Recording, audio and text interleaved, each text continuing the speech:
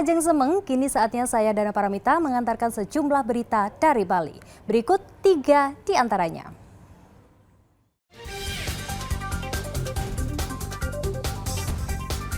Harga cabai di pasar Kota Denpasar masih tinggi.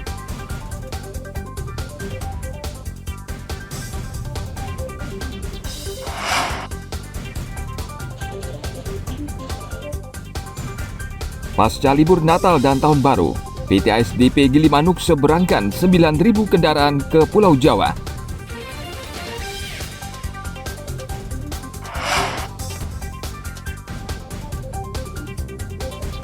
Mencoba kuliner nasi bebek dengan konsep Ristafel ala kolonial Belanda.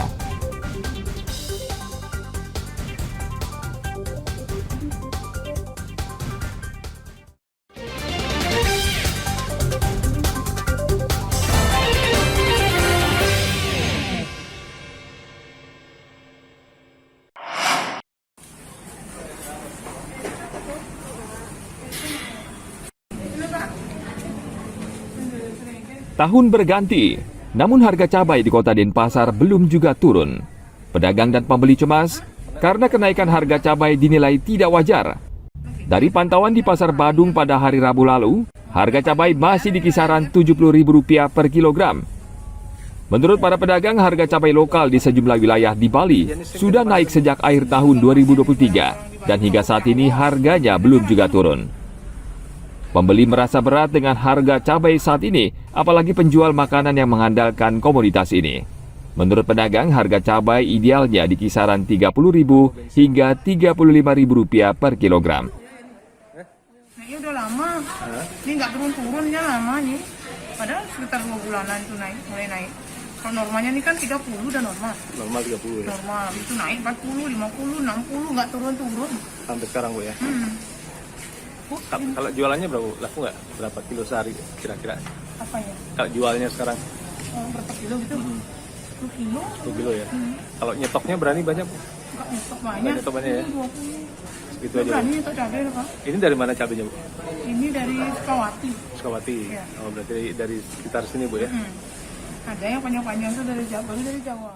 Itu kebutuhan buat apa sih Pak? Ini buat jualan sih, mau makan. Buat jualan juga? Kalau kenaikan kayak gitu gimana ngakalinya? Bisa ya. Yang nggak bisa, kalau harga jual kan nggak bisa fluktuatif kayak kenaikan harga bahan. Paling ngalah. Ngalah ya. Sementara cabai ukuran besar juga masih di kisaran Rp55.000 per kilogram, naik dari Rp30.000 per kilogram. Bawang merah naik dari Rp30.000 menjadi Rp40.000 per kilogram, dan bawang putih saat ini masih di kisaran Rp33.000 per kilogram. Tim Liputan melaporkan dari Kota Denpasar.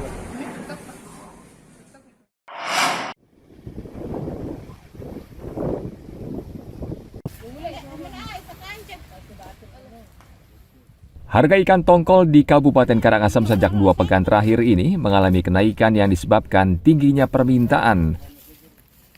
Naiknya harga ikan tentu membawa berkat tersendiri bagi nelayan di sejumlah pesisir di Karangasem. Selama 2 pekan pendapatan mereka bertambah dan kesempatan ini tentu tidak disia-siakan. Di kawasan pesisir ujung Karangasem, para nelayan bersemangat mencari ikan kendati cuaca di perairan Karangasem kurang bersahabat. Bagi Rudi, salah satu nelayan di kawasan ini, ia harus menangkap ikan tongkol sebanyak-banyaknya, mumpung harga ikan lagi bagus. Saat ini harga ikan tongkol di tingkat nelayan naik dari Rp1.000 per ekor menjadi Rp2.000 per ekor. Sementara di tingkat pedagang pasar, kenaikannya mencapai Rp4.000 per ekor. Ikan gimana Pak? Ya lumayan ada lah. Sekarang udah tangkapannya naik Pak ya hasilnya ya? Ya. Sehari dapat berapa ekor Pak? Tidak tentu, kadang-kadang kosong, kadang-kadang ada. Kalau sekarang ini berapa dapatnya? Sekitar 100 ekor. Sekitar 100 ekor. 100 ekoran Pak ya? Kalau sebelum musim ikan berapa sih biasanya rata-rata dapat? Tidak tentu juga. Nggak Pak. tentu juga ya? Iya. Kalau harga ikan gimana sih sekarang Pak? Sekarang sudah naik sekarang. Sudah naik, berapa satu ekor Pak? 2.000. 2.000 2.000 per ekor ya. Sebelumnya berapa? 500 sampai 800 ribu rupiah Rekornya? per ekor. Saat ini memang musim ikan, nelayan kerap pulang dengan hasil tangkapan ikan yang banyak. Biasanya nelayan membawa pulang 100 ekor ikan. Kini mereka bisa membawa pulang hingga 250 ekor per hari.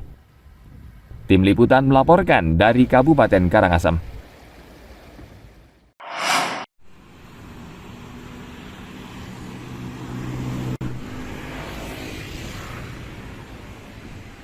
Jembatan Rangka Baja ini akan terhubung ke lokasi lahan pertanian cabai yang berada di seberang Sungai Banyumala.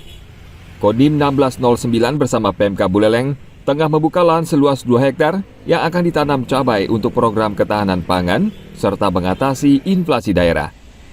Lahan tersebut milik Pemkab Buleleng dan terletak di Kelurahan Banyu Asri, namun lokasi berada di seberang sungai sehingga membutuhkan jembatan kokoh agar terhubung. Jembatan dengan panjang 29 meter dan lebar 7 meter ini direncanakan akan rampung pada akhir Januari mendatang. Selain cabai, lahan yang terletak di tengah kota juga akan ditanami sayur-sayuran dan diharapkan bisa menjadi sarana pendidikan pertanian bagi siswa sekolah.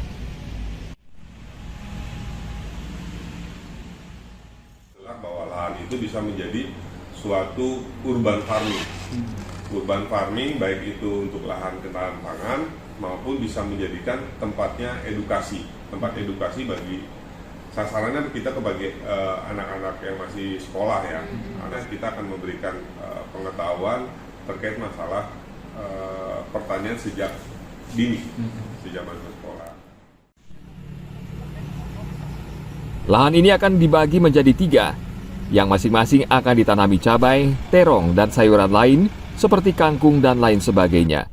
Dalam program ketahanan pangan ini, Kodim 1609 juga bekerja sama dengan petani dan pemerintah Kabupaten Buleleng. Tim Liputan melaporkan dari Kabupaten Buleleng.